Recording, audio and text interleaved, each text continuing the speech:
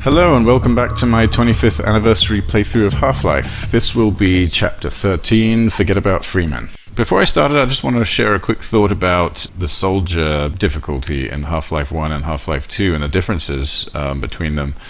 I'm finding that Half-Life has been a lot more unforgiving than Half-Life 2 was. I mean, not just actually in the combat, but in some of the jumping puzzles and some of the ledge crawling and stuff, it's very easy to die in Half-Life. I think a little easier than it was in Half-Life 2. In Half-Life 2, we refined and softened it a little, so we got more particular with autosaves. But on the other hand, I think that we lost something in that transition. I feel like Half-Life's game combat is intense and rewarding, and I really like it. I also feel like I'm using more weapons more frenetically, and I'm being forced to think more to overcome combat scenarios. I've had to retry fights over and over, and I end up winning them after having to think about it, using weapons that are fundamentally different. I think that's really rewarding. I've really enjoyed that so far.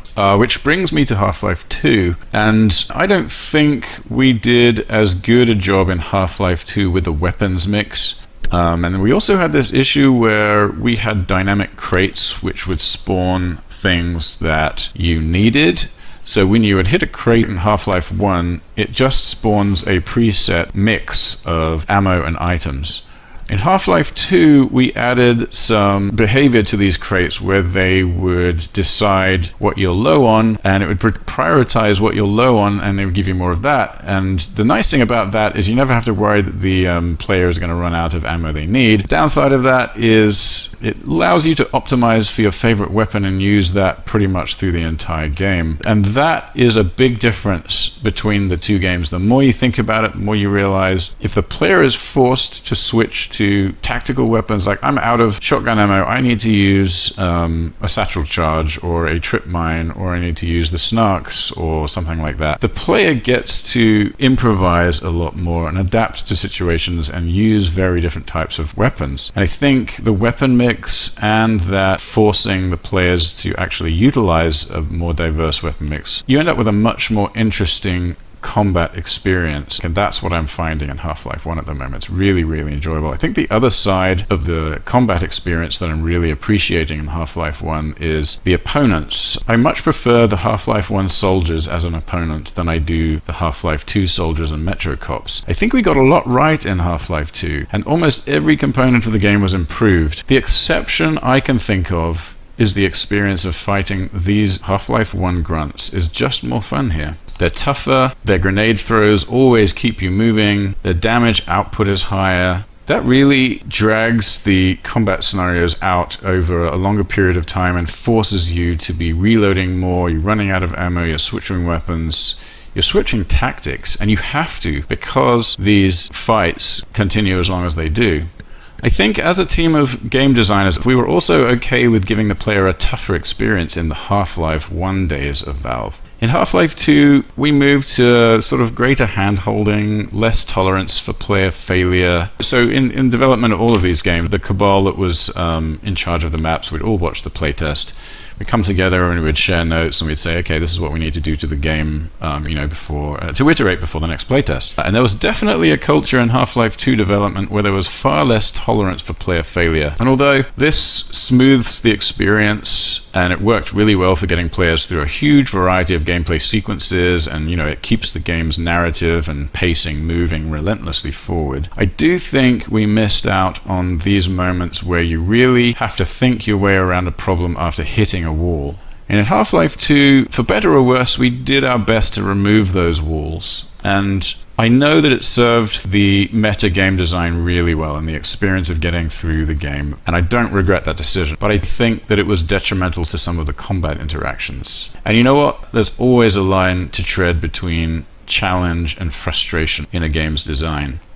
I think it's one of the hardest parts of the job, and it's something that you can't even really... you can make your best guess at to begin with, but then it really does take a lot of playtesting and iterating to try to get that balance right. So anyway, that's enough me going on about the Half-Life 1 soldiers. It's just something that really stood out to me, especially over the last chapter, because there was a lot of fighting with soldiers then. And it was really, really enjoyable. So I think there's going to be more fighting up ahead, but I'm pretty sure the Forget About Freeman chapter is all about the humans saying, screw this, we need to get out of here, and then the Zen creatures are taking over. So this is going to be awesome. Let's continue. Okay, here we go. Forget About Freeman. This is where they've just decided, screw it, we're not going to care about this guy, we're just going to bomb the whole place. Move out of the way of that.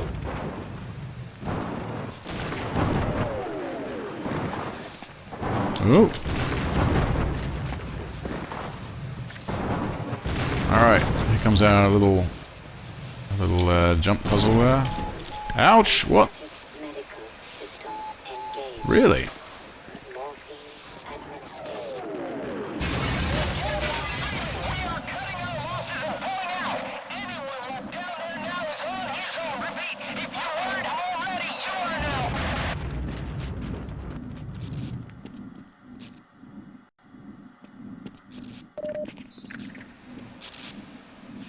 That's a little bit of a floating sign there. Oh, sorry.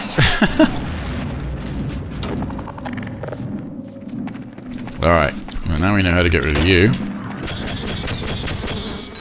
Try not to hit me, please. Okay, here we go, and boom. Oh, you know what? I'm going to do that party trick twice. What? Ouch.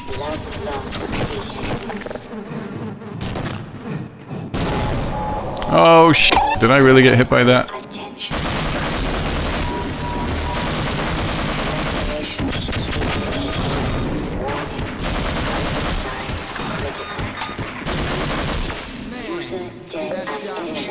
Oh, 4%. Okay, west and west.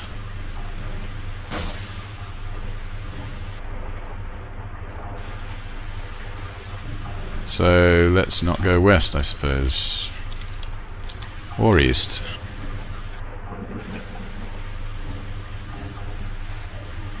Okay, maybe I jump over this.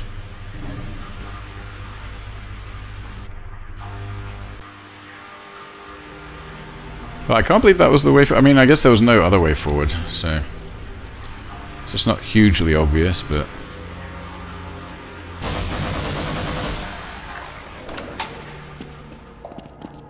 I do like that was the way forward though, because I feel a lot sneakier. Like this is a, I'm somewhere I shouldn't be.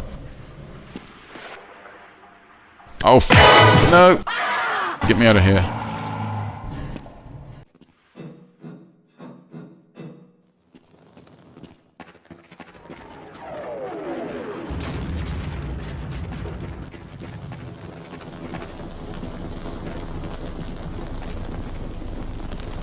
Oh, thank God for this.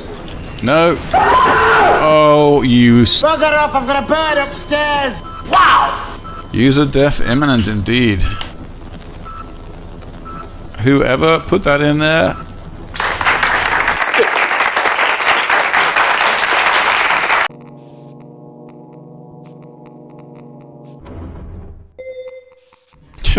That little ding sounds so funny.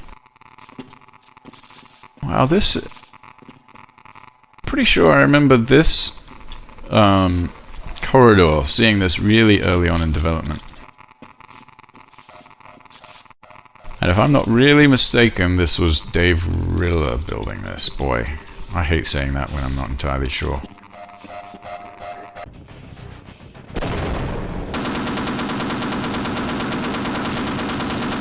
No, it's not quick enough. No, it's shooting the tank. Yep. It was shooting the tank barrel. Alright, so standing there just getting shot is not going to work.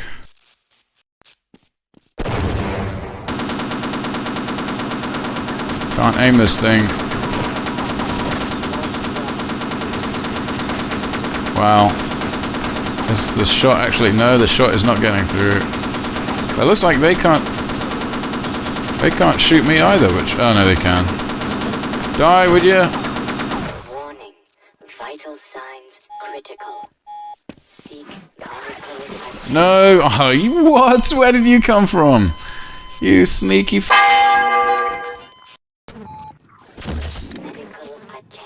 Did I kill him? Yes, I heard the body drop. Oh, no. Oh, he's alive! He's stuck in the wall and he's alive. Oh, oh,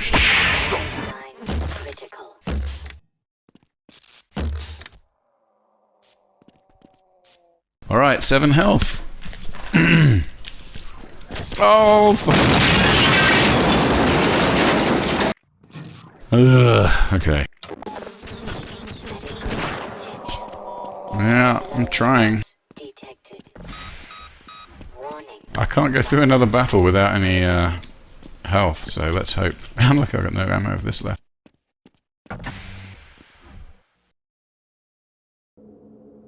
Okay, finally we're at Lambda Core. Before I begin, I wanted to reflect a little bit on a few of the things that I learned while I was building Half-Life 1 and Half-Life 2 that I wish I could have gone back in time and told myself while I was working on these products, hey, here's a little word in your ear about a couple of things. The first is keeping an ego in check. I started in the Doom community and the Quake community, and I was really confident about my work, and so I had a bit of an ego when I came to Valve. But I realized eventually, you need a great team to make a great product. It's not just made by a single person. And egos are a great way to alienate other people on the team. It's really good to have passion for and confidence in your work. It makes you decisive and hardworking. But it's also important to acknowledge you're not perfect and that your work can benefit from the input of others, especially if you surround yourself with people you really respect. Their input isn't always going to be good or appropriate, so it's important to be able to objectively evaluate that input and communicate it to the team so they don't stop offering it. It was tempting many times on Half-Life to reject other people's input and just not spend the time to communicate why you would reject it.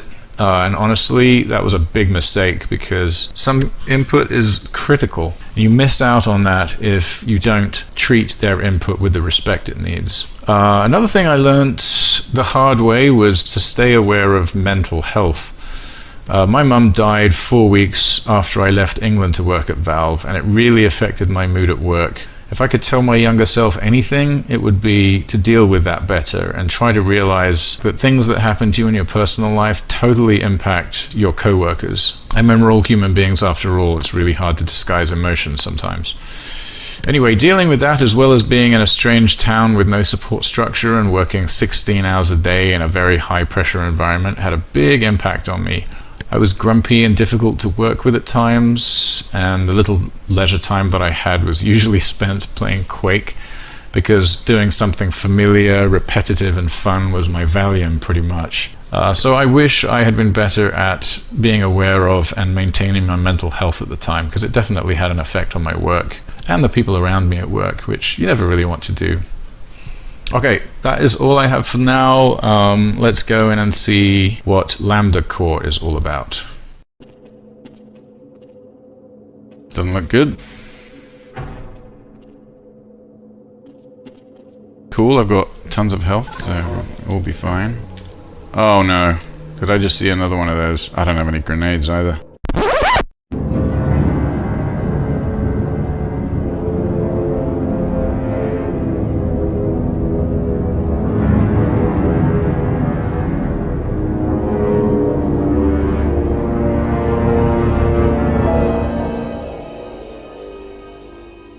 Okay, I'm back in this area. I wasn't able to do this assassin area in my last playthrough. I tried a few times and I was just running out of time, so I just continued through the game, or through this chapter. Now I'm coming back to see if I can finish this area. A short backstory on these guys. These assassins had been removed from the game because of scheduling concerns until pretty late on in development. I think actually extremely late in development. Ken Birdwell resurrected them since the assets had been finalized already. We already had the models and animations and sounds and everything. And he had a few days to spare, so he thought, okay, let's try to get the assassins back in the game. So they didn't have a massive amount of playtesting, and from what I was told, Gabe playtested them and complained they were too easy, so Ken ramped up their difficulty on hard skill, and so they shoot you when they're invisible, they throw grenades at you and stuff. And, you know, at least for me, for my first playthrough, I wasn't able to figure this out. I don't have a lot of resources coming into here, don't have a lot of things that I would really like to use them, so I'm just going to play this again and see how I do. Okay. Let's go into the Assassin's Arena, where I was mercilessly destroyed the first time.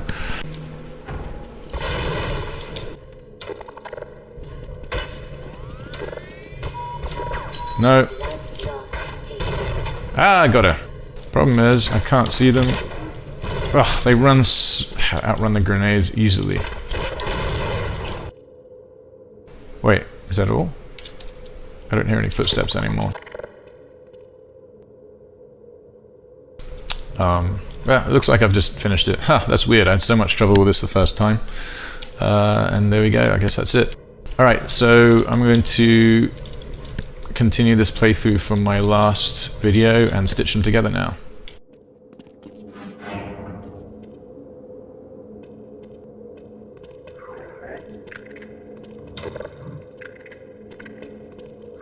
This looks like an ambush situation. The trigger, what's going to happen? There we go.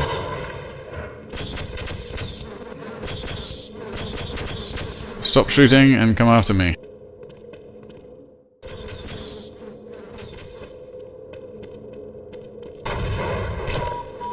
Die! Damn, another one.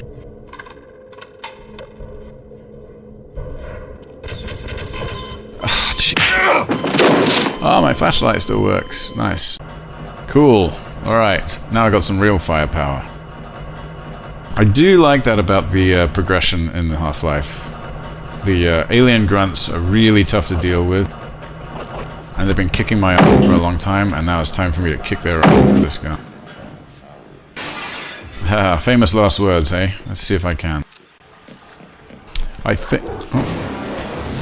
think this geometry, I think this is one of the very first areas that I saw the alien grunts in. I think this, oh gosh, from my memory, this is where the alien grunts first appeared, at least when developing.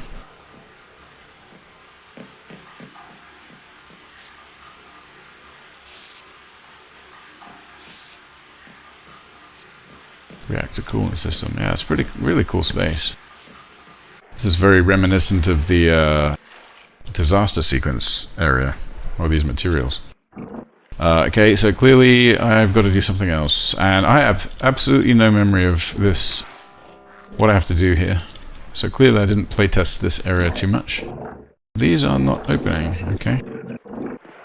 So I guess I have to go all the way back. Ah, here we go. Isn't it? You'll need to activate both pumps to flood the reactor, and then that access pipe down there will take you to the core. Time is short. Activate both pumps. Alright, thank you. Now give me some health. Terrible. Hold still. This won't hurt a bit. I'll bet that stings a bit. Perfect comedic timing. Let's see what I need to do here. Holy monkey! Minor fracture? Yeah, right. Cool. That's a cool texture. Ah,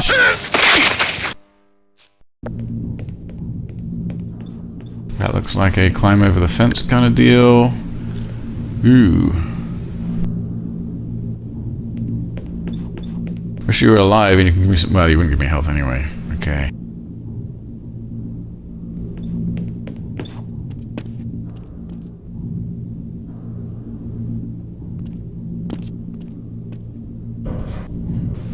That looks dangerous.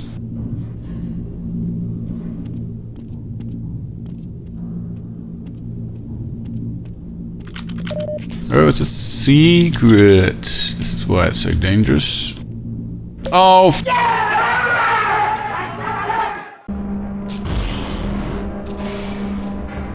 and go.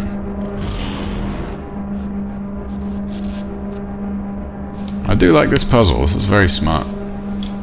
Okay, wait for the next one. Ah, damn it. This one. Alright.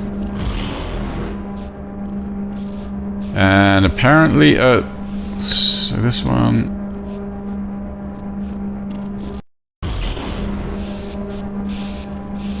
Oh, no, that's not what I wanted to do.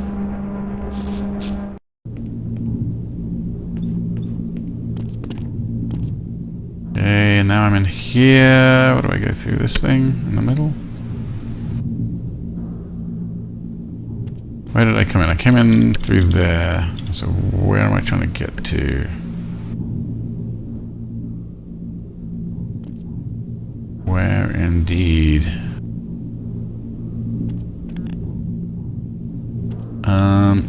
Wow, this is... Oh, this thing goes up?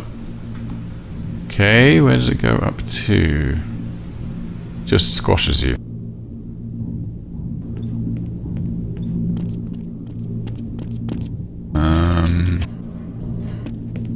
Oh. Ah, that's a yellow switch on a yellow background. That sucked.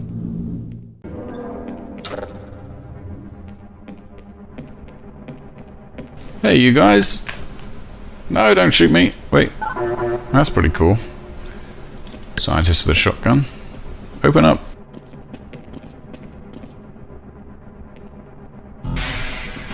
Freeman, you finally found us.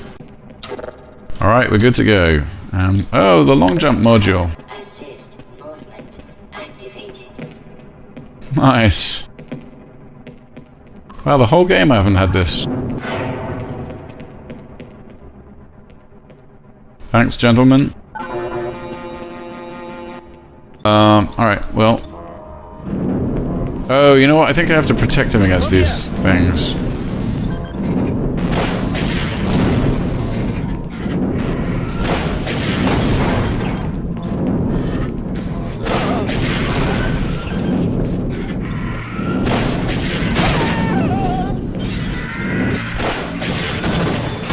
Ah, out, there we go. I didn't save him.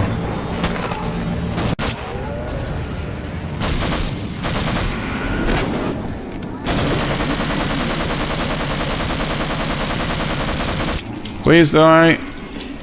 It's ready. You must go. Well, I hope I don't need more than 15% health.